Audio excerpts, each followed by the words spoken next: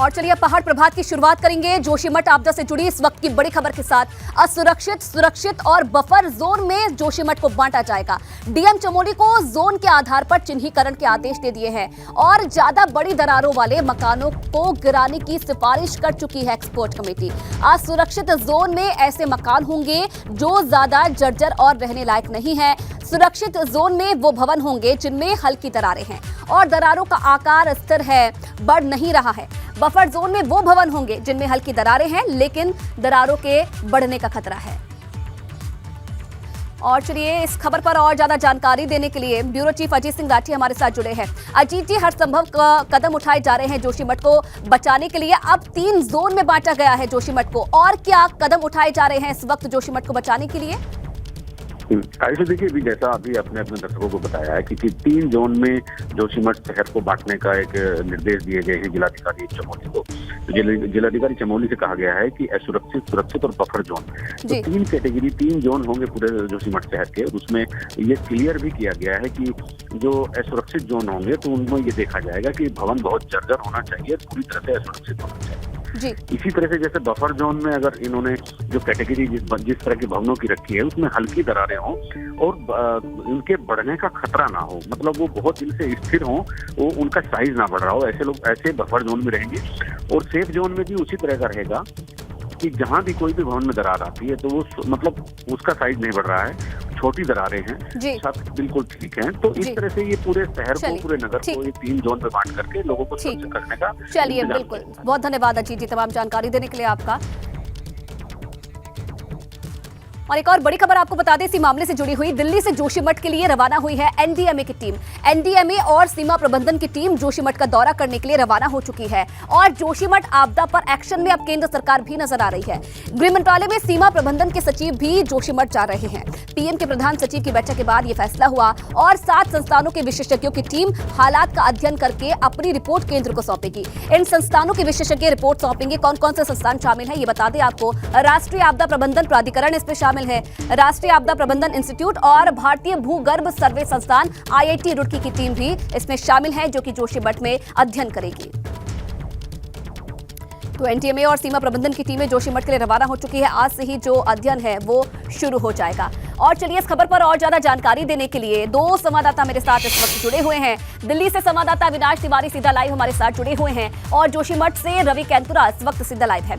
सबसे पहले रवि, मैं आपका रुख करना चाहूंगी। अभी तक अगर देखा जाए, क्योंकि जैसे जैसे मामला आगे बढ़ता जा रहा है और कहीं ना कहीं संकट बढ़ता जा रहा है जोशीमठ के ऊपर, अभी तक क्या कदम उठाए गए हैं? क्योंकि एनडीएमए की टीम भी आज आने वाली है जोशीमठ पे। कैसे ये टीम काम करेगी, कब तक जो रिपोर्ट है वो केंद्र सरकार को सौंपी जाएगी और उसके बाद आगे क्या?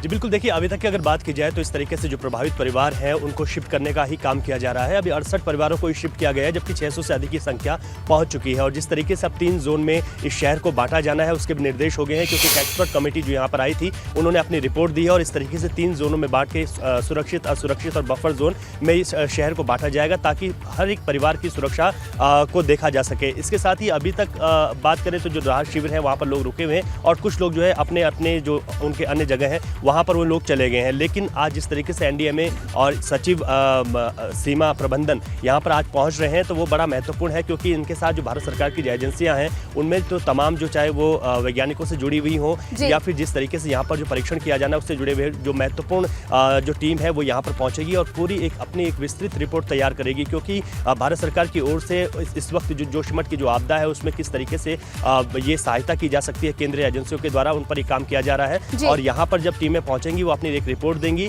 और जो सामरिक दृष्टि से जिस तरीके से जोशीमठ बहुत महत्वपूर्ण है तो उसको देखते हुए यहाँ पर ये भी देखा जाएगा कि क्योंकि यहाँ से चाहे बद्रीनाथ जाने की बात हो या फिर आगे माना पास से चाइना बॉर्डर की बात हो तो सुरक्षा की दृष्टि से इसे किस तरीके से महफूज रखा जाना है, यहाँ पर किस तरीके से सड़कें बनेंगी। तो कहीं ना कहीं माना जाए रवि आज का दिन भी काफी अहम रहने वाला है जोशीमठ के लिए। अविनाश, आपका रुख करना चाहूंगी क्योंकि देखिए जोशीमठ से लेकर दिल्ली तक पूरे इस मामले को लेकर हलचल बढ़ी हुई है। आज क्या कुछ होने वाला है, क्योंकि कल हमने देखा था प्रधानमंत्री के प्रमुख सचिव की तरफ से बैठक की गई और प्रधानमंत्री भी हर जो स्थिति है उस पर नजर बनाए रखे हुए हैं। आज का दिन कैसे रहने वाला है, क्या अहम जो डिसीजन है वो लिए जा सकते हैं आज भी?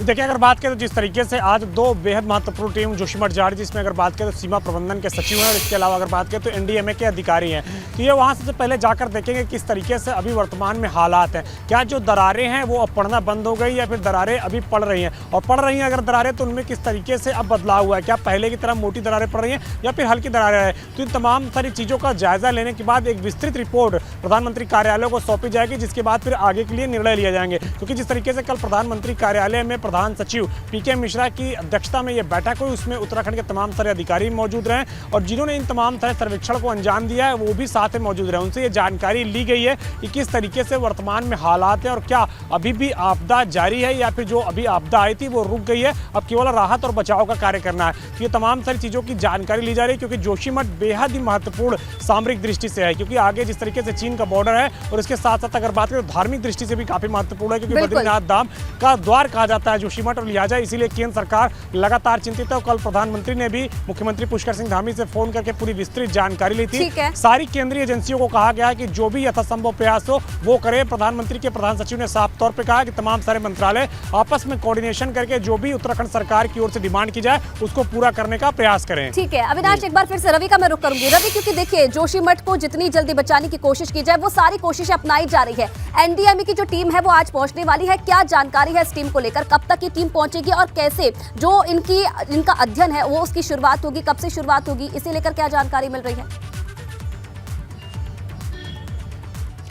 बिल्कुल, देखिए अभी तो मैं ये बता दूं कि जो चमोली के जो प्रभारी मंत्री हैं धन सिंह रावत वो भी यहाँ पर पहुँच चुके हैं और वो अभी जोशीमठ में ही हैं और कुछ स्थलीय निरीक्षण के बाद वो वहाँ यहाँ पर आएंगे जहाँ पर मैं इस वक्त मौजूद हूँ। यहाँ पर अधिकारियों के साथ वो फीडबैक भी लेंगे।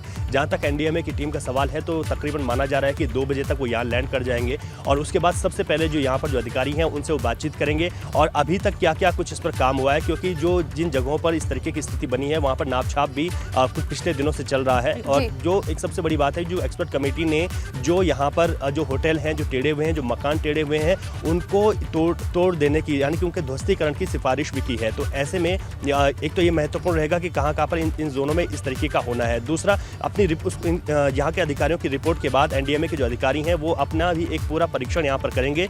यहाँ पर जिस तरीके से अलग अलग जोनों में यहाँ के अधिकारियों ने जोशीमठ को अब बांटना शुरू कर दिया है, वहाँ पर किस तरीके के हालात हैं, वहाँ पर स्थलीय निरीक्षण होगा। उसके बाद लोगों से बातचीत होगी और साथ ही साथ जो अभी तक की एक रिपोर्ट जो प्रेषित की गई है सचिव आपदा प्रबंधन की ओर से, जो पहले यहाँ पर टीम आई थी जिसमें जो है भूगर्भ वैज्ञानिक भी यहाँ पर आए थे, उनकी जो रिपोर्ट है उसका अध्ययन भी होगा। उसके बाद आगे वो किस तरीके से यहाँ पर देखते हैं कि जो जमीन का धसाव है और जो प्रमुख कारण अभी तक सामने आए हैं उन कारणों पर किस तरीके से काम किया जा सकता है। कहीं ना कहीं रवि ये माना जाए कि अध्ययन करने के बाद ही ये जो ठोस वजह है इस हालत की वो पता चल पाएगी। आप नजर बना के रखिएगा। तमाम जानकारी के लिए आपका बहुत बहुत धन्यवाद और अविनाश आपका भी बहुत धन्यवाद तमाम जानकारी साझा करने के लिए।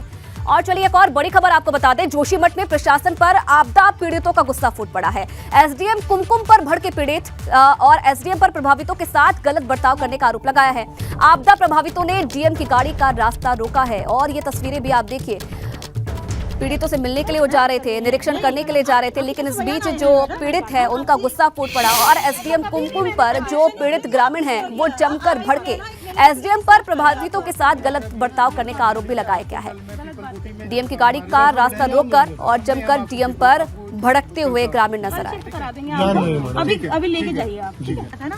सबसे बुरी कंडीशन थी मनोहर बाग के, आपके पास आए और आपने क्या जवाब दिया? उत्तरा पांडे जी आई आपके पास और आपने क्या जवाब दिया? जब आपका छत नीचे गिर जाएगा तब आना और 5,000 रुपए लेके जाना। गलत बात कर रही है। नहीं, आपकी तरफ से बयान आए हैं मैडम, हम आपसे नहीं ऐसा कभी नहीं मैंने कहा है। आप इस तरह की आप एक महिला की पीड़ा नहीं समझ पाई आप तो। अच्छा अब ये समझ लीजिए, आपको कल मैं पीपल कोटी में हमारे लिस्टेड है, हम नहीं, हम आपको कल करा देते हैं, कल शिफ्ट करा देंगे आपको। कन्नौज में तेज रफ्तार बस बेकाबू होकर एक्सप्रेसवे से नीचे गिरी। हादसे में 3 लोगों की मौत, बस में सवार 17 सवारी हुए घायल। हादसे की सूचना पाकर मौके पर पहुंची पुलिस और यूपीडा की टीम। मौके पर चलाया गया रेस्क्यू ऑपरेशन। दिल्ली से लखनऊ जा रही थी प्राइवेट स्लीपर बस। महोबा में बेकाबू कंटेनर मस्जिद से टकराकर पलटा। हादसे में कंटेनर क्लीनर की मौत, 2 लोग गंभीर रूप से घायल। लखनऊ के गोमती नगर में हुआ हादसा। तेज रफ्तार कार बेकाबू होकर पलटी। मौके पर पहुंची पुलिस ने कार सवार लोगों को निकाला बाहर। आगरा में बेकाबू होकर कार रोहता नहर में गिरी। कार में सवार सीओडी कर्मचारी की हादसे में हुई मौत। गोरखपुर में एक मकान में लगी भीषण आग। आग से घर में रखा सारा सामान जलकर राख। फायर ब्रिगेड की गाड़ियों ने आग पर पाया काबू। उत्तर भारत में ठंड का 3rd डिग्री टॉर्चर। यूपी में लखनऊ और गोरखपुर समेत कई जिलों में 1 से 2 डिग्री सेल्सियस पर आया पारा। लखनऊ में कोहरे के चलते थमी गाड़ियों की रफ्तार, कोहरे के चलते विजिबिलिटी हुई बेहद कम। वाराणसी में छाया घना कोहरा, विजिबिलिटी हुई 0, सड़कों पर रेंगती दिखाई दी गाड़ियां। गाजियाबाद में छाया हुआ है घना कोहरा, विजिबिलिटी भी हुई बेहद कम, तापमान में गिरावट से बड़ी ठंड। आगरा में भी दिखा ठंड और कोहरे का डबल अटैक, सड़कों पर छाया घना कोहरा, तापमान में गिरावट से ठंड ने बढ़ाई लोगों की परेशानी। अमेठी में युवक की संदिग्ध मौत मामले में लोगों के साथ परिजन इंसाफ के लिए भूख हड़ताल पर बैठे। भूख हड़ताल के 4 दिन बाद भी पुलिस ने सुध नहीं ली। बागपत में कुछ लोगों ने 12 फीट लंबे सांप की पीट कर हत्या कर दी, जिसके बाद 2 पक्षों में तनाव हो गया। सूचना पर पहुंची पुलिस ने आरोपी को हिरासत में लिया। बरेली में प्रेमी के साथ मिलकर एक युवती ने अपने ही पति की हत्या कर दी। शिकायत दर्ज होने के बाद पुलिस ने युवती, प्रेमी और एक अन्य आरोपी को गिरफ्तार कर लिया है। अमरोहा में बेखौफ बदमाशों ने एक बच्चे की हत्या कर शव मंदिर के एक कमरे में फेंककर फरार हो गए। बच्चा 2 दिन से था लापता। बस्ती पहुंचे मंत्री संजय निषाद ने अखिलेश यादव पर जोरदार हमला बोला। कहा कि लॉ एंड ऑर्डर को लेकर हमारी सरकार पर उंगली उठाने वाले अपने गिरेबां में झांक करते। मुंबई के बाद चेन्नई के उद्योगपतियों को यूपी सरकार निवेश के लिए साधने में जुटी है। कैबिनेट मंत्री सुरेश खन्ना चेन्नई पहुंचे। चंदौली में सांसद महेंद्र नाथ पांडे ने विकास कार्यों की समीक्षा की। करीब 27 करोड़ की 127 परियोजनाओं का लोकार्पण शिलान्यास किया। ठंड में भी टी शर्ट में यात्रा कर रहे राहुल गांधी की सांसद अफजाल अंसारी ने तारीफ की और कहा कि राहुल लोगों के साथ अन्याय के खिलाफ खड़े हुए हैं और सत्ताधारी डरे हुए हैं। गाजीपुर कोर्ट में पेशी से पहले बाहुबली मुख्तार को सता रहा सुरक्षा का डर। आज इलाहाबाद हाईकोर्ट में अर्जेंट सुनवाई के लिए दाखिल होगी अर्जी, सुरक्षा के पुख्ता इंतजाम के बाद। दिल्ली में दर्दनाक हादसा, नारायणा में गुटखा फैक्ट्री में लिफ्ट गिरने से 3 कर्मचारियों की मौत। फैक्ट्री मालिकों पर गैर इरादतन हत्या के केस की मांग। आज इंदौर में प्रवासी भारतीय सम्मेलन में शामिल होंगे पीएम। बोले दुनिया में लोहा मनवा चुके प्रवासी भारतीयों के साथ संबंध मजबूत बनाने का एक महान अवसर। सुप्रीम कोर्ट में आज 2 अहम सुनवाइयों का दिन। जबरन धर्म परिवर्तन के खिलाफ कानून बनाने की मांग और प्लेसेस ऑफ वर्शिप एक्ट को चुनौती देने वाली याचिकाओं पर हियरिंग होगी। जम्मू कश्मीर के राजौरी में मिला आईईडी, सुरक्षा बलों ने किया डिफ्यूज। बुढ़ाल इलाके में सर्च ऑपरेशन के दौरान मिला आईईडी। तुनिशा शर्मा की मां ने बेटी की हत्या की जताई आशंका। कहा आरोपी एक्टर श्रीजान जानबूझकर दूर के अस्पताल लेकर गया था, इसलिए नहीं बच सकी तुनिशा। मुंबई के माहिम चर्च में तोड़फोड़ के आरोपी हारून अंसारी को पुलिस ने पकड़ा। हमले की वजह अब तक साफ नहीं, पुलिस जांच में जुटी। राजस्थान के अलवर में दलित समुदाय पर अटैक का विवाद बढ़ा। हिंदू संगठन ने निकाला जुलूस, हमले को बताया सोची समझी साजिश। मुंबई में फोन पर साल 1993 जैसे बम धमाके की धमकी देने के आरोपी को पुलिस ने पकड़ा। फोन करके कहा था 2 महीने में दंगे भी होंगे। एटीएस ने भी की जांच।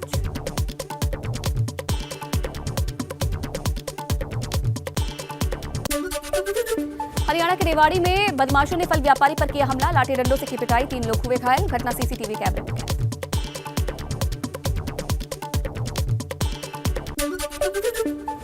दिल्ली में नाबालिग रेप पीड़िता ने रेप के आरोपी की मां को मारी गोली। मौके पर लोगों ने नाबालिग लड़की को पकड़ा। पुलिस ने पिस्टल के साथ किया गिरफ्तार। मध्य प्रदेश के मुरैना में सराफा कारोबारी पर दिन दहाड़े ताबड़तोड़ फायरिंग। दुकान में चिपकर बचाई जान। बाइक सवार नकाबपोश ने चलाई गोलियां। कर्नाटक के कलबुर्गी में जमीन विवाद को लेकर फायरिंग। पुलिस ने 3 लोगों को किया गिरफ्तार। मध्य प्रदेश के उज्जैन में चाइनीज मांझे को लेकर पुलिस के छापे। पतंगबाजी में चाइनीज मांझे का इस्तेमाल करने वाले 12 केस हुए दर्ज। बिहार के नवादा में बालू माफिया के बीच हुई ताबड़तोड़ फायरिंग। वीडियो आया सामने। 17 लोगों पर केस दर्ज। पुलिस ने एक आरोपी को किया गिरफ्तार। गोवा में एक शख्स ने अपने 2 बच्चों की गला घोंटकर की हत्या, फिर खुद की खुदकुशी। पुलिस को घर के बाहर मिले बच्चों के शव, घर के पीछे पिता ने लगाई फांसी। पश्चिम बंगाल के हावड़ा में वंदे भारत एक्सप्रेस पर फिर हुआ पथराव। ट्रेन को बोलपुर स्टेशन पर रोकना पड़ा। यात्रियों ने देखे पथराव के निशान। पश्चिम बंगाल के बीरभूम में भारी मात्रा में विस्फोटक बरामद। पुलिस ने एक मकान से 3000 डिटोनेटर, 800 जिलेटिन की छड़ें और 2 बैग अमोनियम नाइट्रेट बरामद किया है। जोशीमठ एसडीएम पर फूटा प्रभावितों का गुस्सा। एसडीएम की गाड़ी का रास्ता रोककर प्रभावितों ने जताया विरोध। एसडीएम पर गलत बर्ताव करने का आरोप लगाया है। जोशीमठ में जमीन धसाओं के मामले में बोले पूर्व सीएम त्रिवेंद्र सिंह रावत। कहा राज्य सरकार को अच्छे से देना चाहिए मामले पर ध्यान। धार्मिक और सामरिक दृष्टि से जोशीमठ का विशेष महत्व है। पूर्व सीएम रमेश पोखरियाल निशंक ने जोशीमठ में जमीन धंसने पर जताई चिंता। कहा उत्तराखंड में बड़ी परियोजनाओं के पक्ष में बिल्कुल नहीं। उत्तराखंड की जवानी और पानी हमेशा देश के काम आया है। काशीपुर में अंतर्राष्ट्रीय हिंदू परिषद के अध्यक्ष प्रवीण तोगड़िया का स्वागत। जोशीमठ के सवाल पर बोले जितने घरों की क्षति हुई है सरकार को सबको वैकल्पिक घर देने चाहिए। जोशीमठ के 9 वार्डों में 603 भवनों में अब तक दरारें आई। चमोली जिला प्रशासन ने अब तक 55 परिवारों को रेस्क्यू कर सुरक्षित स्थानों पर पहुंचाया है। जोशीमठ में जेपी कॉलोनी के नीचे निकला झरना। शहर के ठीक नीचे निकला फव्वारा शहर की कमजोरी की नींव का कर रहा है इशारा। उत्तरकाशी में 31 वर्षों से मस्ताड़ी गांव में धंस रही जमीन, लोगों के घरों में आई दरारें। लंबे समय से स्थानीय लोग विस्थापन की कर रहे मांग, प्रशासन ने भूमि के सर्वे कराने की कही बात। जोशीमठ आपदा के बाद कर्णप्रयाग के बहुगुणा नगर के आपदा पीड़ितों की सरकार से जगी आस। बहुगुणा नगर के 50 भवनों में जमीन धंसने के कारण आई दरारें। हरिद्वार दौरे पर रहे हिंदुवादी नेता प्रवीण तोगड़िया जनसंख्या नियंत्रण कानून और एंटी लव जिहाद कानून बनाने की मांग की। पौड़ी में संकट में है बेशकीमती देवदार के जंगलों का अस्तित्व, गहरी नींद में ही जिम्मेदार विभाग और अधिकारी। पर्यावरण की किसी को चिंता नहीं। रुद्रप्रयाग के केदारनाथ धाम में जनवरी महीने में भी नहीं हो रही बर्फबारी। पिछले वर्ष अभी तक धाम में जमी रही थी 5 फीट से अधिक बर्फ। अभी भी धाम में पुनर्निर्माण कार्य जारी। टिहरी में विस्थापन की मांग को लेकर 31 अक्टूबर से पुनर्वास कार्यालय पर ग्रामीणों का धरना। धरना स्थल पर उनके समर्थन में पहुंचे विधायक विक्रम सिंह नेगी। पुनर्वास और विस्थापन को लेकर एक ही नीति लागू करने की मांग की है। काशीपुर पहुंचे अंतर्राष्ट्रीय हिंदू परिषद के अध्यक्ष प्रवीण तोगड़िया, बढ़ती जनसंख्या पर कानून बनाने की मांग की। हरिद्वार में पुलिस ने स्कूल में हुई चोरी का किया खुलासा। स्कूल के पूर्व ड्राइवर समेत 2 लोगों की गिरफ्तारी। 5.25 लाख कैश और चोरी के पैसों से खरीदी गई बाइक भी बरामद। रुद्रपुर के किच्छा में राइस मिल में हुई लूट मामले में खुलासा। वारदात में शामिल रहे 4 आरोपियों की गिरफ्तारी। वारदात में शामिल किया गया तमंचा, लूट का सामान बरामद। कर्णप्रयाग के बहुगुणा नगर में घरों में आ रही दरारें। अब तक 50 से ज्यादा घरों में आई दरारें। प्रभावित परिवारों ने कई बार सरकार से लगाई विस्थापन की गुहार। टिहरी में विस्थापन की मांग को लेकर ग्रामीणों का धरना जारी। लोगों के समर्थन में उतरे प्रताप नगर से कांग्रेस विधायक विक्रम नेगी। लोगों की समस्याओं पर ध्यान नहीं दे रहा पुनर्वास विभाग और टीएचडीसी। खटीमा में युवती ने ट्रेन के सामने कूदकर किया सुसाइड। प्रेम प्रसंग के चलते आत्महत्या की आशंका, जीआरपी कर रही है मामले की जांच। पौड़ी में हरियाली पर संकट, पेड़ों में लोहे के कीड़े लगाने की वजह से सूख रहे हैं देवदार के पेड़। पर्यावरणविदों ने जताई है चिंता।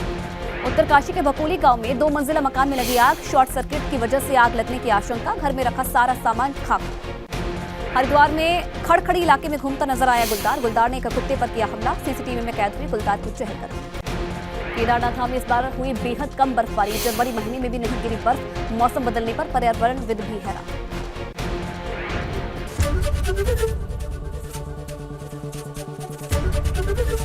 एबीपी गंगा, खबर आपकी, जुबान आपकी।